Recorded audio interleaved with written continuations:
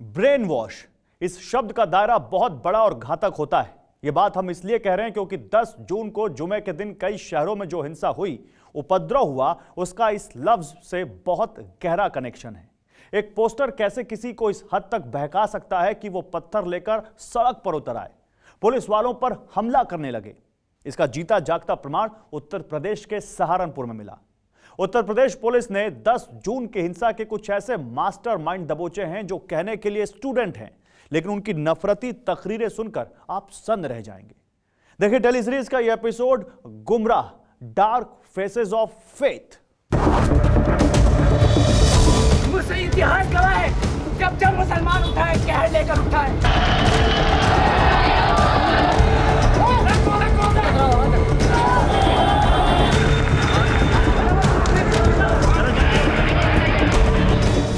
10 जून 2022, सहारनपुर, उत्तर प्रदेश। सुबह के 10 बज चुके थे। नफरत का बवंडर उठने से चंद घंटे पहले की बात है। लाल कुर्ते में एक शख्स दोनों हाथों में पोस्टर लेकर सड़क किनारे खड़ा दिखाई दे रहा है। उसकी नजर सड़क पर लगे ट्रैफिक पर है। जब ट्रैफिक सामान्य हुआ, तब लाल कुर्ते वाले शख्स ने सड़क पर ही दोनों पोस्टर चिपका दिए। पोस्टर को चिपकाने के लिए चप्पल का इस्तेमाल किया गया। इस बीच 2 बाइक सवार भी आए। उन्होंने पहले पढ़ा कि पोस्टर पर क्या लिखा है, फिर उन्होंने भी अपने जूते पोस्टर पर रखे और चले गए। यह पोस्टर बीजेपी के पूर्व नेता नुपुर शर्मा के खिलाफ था। मकसद था नुपुर शर्मा के विवादित बयान पर भीड़ को भड़काना।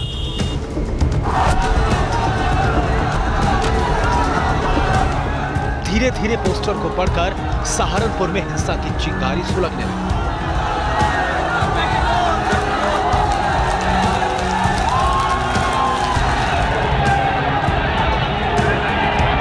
पुलिस के मुताबिक नफरत की उस चिंगारी को हवा दी अरबिया मदरसे में पढ़ने वाले एक छात्र।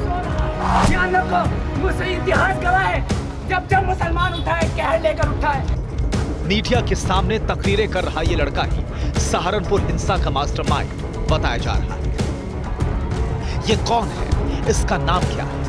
ये कहां पर है? इसने भीड़ को क्यों और कैसे भड़काया? सब हम आपको बताएंगे, लेकिन पहले सुनिए मीडिया के सामने ये किस तरह जहर उगल रहा है। मुसलमान सो रहा है। अगर बेहोशी की हालत में तुम्हें कर दिया ना, ध्यान रखो, मुझसे इतिहास गवाह है, जब जब मुसलमान उठाए कहर लेकर उठाए, और इंशाअल्लाह इस बार भी उठेगा। सुना आपने ये किस तरह नफरत की तकरीर कर रहा है। कहर का तूफान उठाने की बात करने वाले इस लड़के का नाम है मुजम्मिल। शुक्रवार का चांद डूबा, शनिवार का सूरज उगा और शुरू हुई उन उपद्रवियों की पहचान जिन्होंने सहारनपुर को हिंसा की आग में झोंकने का ब्लूप्रिंट तैयार किया था।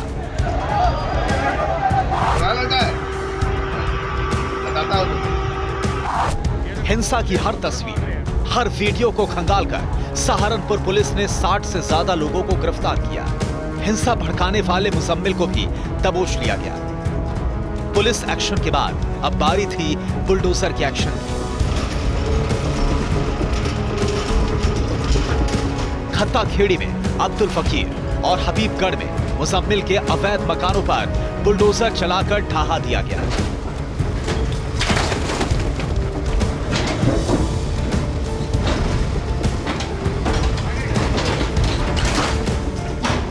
लोगों को हम लोगों ने चिन्हित करते हुए गिरफ्तार कर लिया, उनको जेल भेजा है। इनके प्रॉपर्टी आदि को भी हम चिन्हित कर रहे हैं कि अगर जो भी वो भी अवैध है तो उन पर भी हम कार्रवाई कर रहे हैं। कल 2 प्रॉपर्टी ऐसी अवैध पाई गई थी जिसपे इनको नोटिस दिया गया था, उन पे भी हम उनको बुलडोज करने की कार्रवाई किए हैं। इन पे हम राष्ट्रीय सुरक्षा अधिनियम के तहत भी कार्रवाई करेंगे। अब आपको नुपुर शर्मा के खिलाफ पोस्टर लगाकर हिंसा भड़काने वाले चेहरों के पूरे नेक्सस के बारे में सिलसिलेवार ढंग से बताते हैं। लाल कुर्ते वाले शख्स का नाम सलमान है और बादामी कुर्ते में दिख रहा वसीम है। इन्हीं दोनों ने सहारनपुर में विवादित पोस्टर छपवाकर लोगों को भड़काया। जहां ये पोस्टर छपवाए गए, सहारनपुर पुलिस ने उस प्रिंटिंग प्रेस के मालिक शमशेर को भी गिरफ्तार कर लिया है। पुलिस सूत्रों के मुताबिक गिरफ्तार किए गए प्रिंटिंग प्रेस के मालिक शमशेर ने कबूल किया है कि मुजम्मिल के कहने पर उसके पार्टनर शहजाद ने पोस्टर छापे। 50 पर्चे छापने के लिए 625 रुपए मांगे गए थे, लेकिन 550 रुपए में बात तय हुई। जुमे के दिन सुबह 10 बजे ये पोस्टर वसीम और सलमान को मिल गए। महज 550 रुपए में सहारनपुर को हिंसा की आग में झुलसा देने की साजिश रची गई थी।